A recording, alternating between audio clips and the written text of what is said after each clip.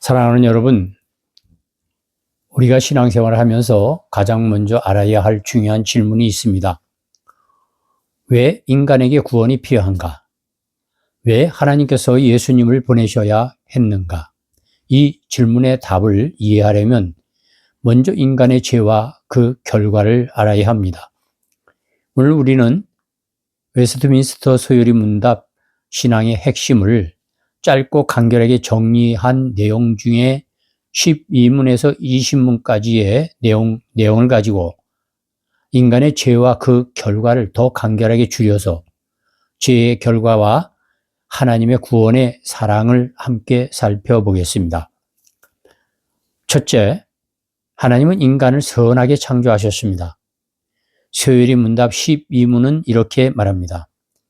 하나님께서는 사람을 창조하시고 생명의 언약을 세우셨습니다. 그러나 단 하나의 조건이 있었습니다. 선악을 알게 하는 나무의 열매를 먹지 말라는 것이었습니다. 여기서 우리는 중요한 사실을 깨닫게 됩니다. 하나님은 인간을 로봇처럼 만들지 않으셨다라는 거예요. 하나님은 자유를 가진 존재로 인간을 창조하셨다라는 겁니다. 그래서 인간은 하나님을 사랑하며 순종할 수도 있고 반대로 하나님을 떠날 수도 있었습니다. 식물인간과 같이 로봇과 같이 만들지 않으셨기 때문입니다. 두 번째로, 그러나 그렇게 만들어진 인간이 하나님과의 관계를 깨뜨렸습니다.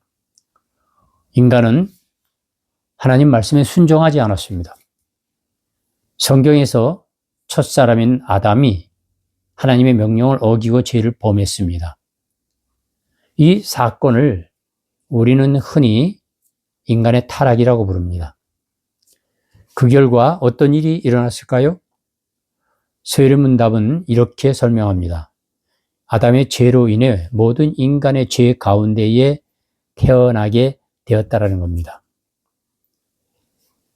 그래서 사람은 태어날 때부터 하나님보다 자기 자신을 사랑하고 하나님 뜻보다 자기 욕심을 따르고 죄를 쉽게 선택하는 존재가 되었습니다. 이것이 바로 원죄입니다. 세 번째로, 죄의 대가는 가볍지 않았습니다. 매우 심각합니다. 죄는 단순한 실수가 아닙니다.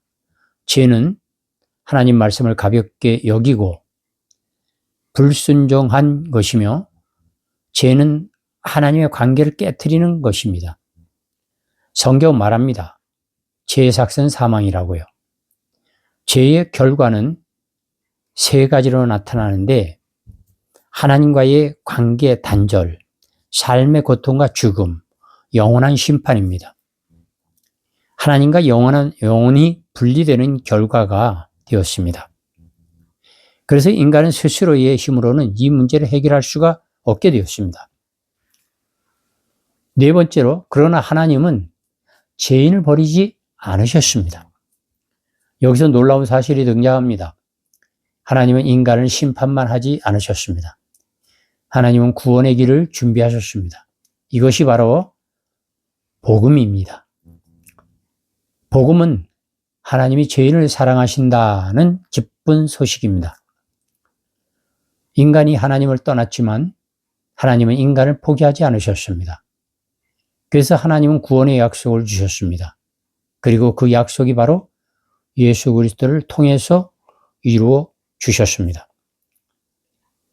다섯째로, 복음은 하나님의 사랑의 절정인 것을 알 수가 있습니다. 복음의 핵심은 이것입니다. 죄의 문제를 해결하기 위해 하나님께서 직접 길을 만드셨다는 것입니다. 우리가 하나님께 올라가는 것이 아니라 하나님이 우리에게 내려오셨습니다. 그래서 하나님은 자신의 아들을 세상에 보내셨습니다. 그분이 바로 예수 그리스도입니다. 예수님은 죄 없는 삶을 사셨고 우리의 죄를 대신 지셨고 십자가에서 죽으셨고 부활하셨습니다. 그래서 예수님을 믿는 사람은 죄의 용서를 받고 하나님과 다시 화목하게 되는 그런 기회를 얻게 되는 것입니다. 여섯 번째로 하나님과의 온전한 교제가 회복됩니다. 죄가 들어오기 전엔 인간은 하나님과 친밀한 관계를 누렸었습니다. 하지만 죄로 인해서 그 관계가 깨졌습니다. 그러나 복음을 통해 그 관계가 다시 회복되었습니다. 이것이 구원의 놀라운 축복입니다. 하나님은 단지 우리를 용서만 하시는 것이 아니라 하나님의 자녀로 받아주십니다. 그래서 우리는 하나님을 아버지라 부르고 기도로 대화하고 하나님과 동행하는 삶을 살게 됩니다. 일곱째로 구원의 결과는 영원한 생명이 있습니다. 복음의 마지막 목적은 단순히 죄를 용서받는 것에 끝나지 않았습니다. 하나님의 구원은 영원한 생명으로 이어집니다. 영원한 생명은 단순히 오래 사는 것이 아닙니다. 영원한 생명은 하나님과 영원히 함께 사는 삶입니다. 그래서 성경은 말합니다. 영생은 하나님을 아는 것이라고요. 하나님과의 관계가 회복될 때에 진정한 생명이 시작됩니다. 우리가 꼭 배워야 할 중요한 교훈이 있습니다. 첫째로 인간은 죄인입니다. 우리 인간은 스스로 완전할 수 없는 존재입니다. 두 번째로 죄의 결과는 심각합니다. 죄는 하나님과의 관계를 끊어놓습니다. 세 번째로 구원은 하나님의 은혜입니다. 우리가 만든 길이 아니라 하나님이 마련하신 길입니다. 마지막으로 네 번째, 복음은 가장 기쁜 소식입니다. 예수님을 통해 죄 용서와 새 생명이 주어집니다. 결론의 말씀을 드립니다. 사랑하는 여러분, 인간의 죄는 깊고 심각하지만 하나님의 사랑은 그보다 더 큽니다. 죄가 많은 곳에 은혜가 더욱 넘친다고 성경 말합니다. 그러므로 누구든지 예수 그리스도를 믿으면 죄 용서를 받고 하나님과 화목하게 되고 영원한 생명을 얻게 되는 것입니다. 이것이 바로 복음입니다. 오늘 우리는 다시 한번 기억해야 됩니다. 우리는 죄인이지만, 저와 여러분은 죄인이지만 하나님이 사랑하시는 죄인입니다. 그리고 하나님은 우리를 영원한 생명으로 부르고 계십니다. 아멘이십니까?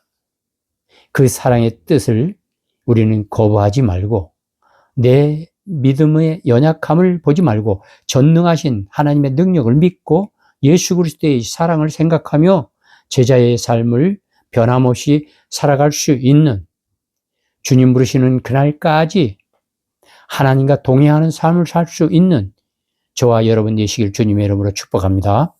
아멘.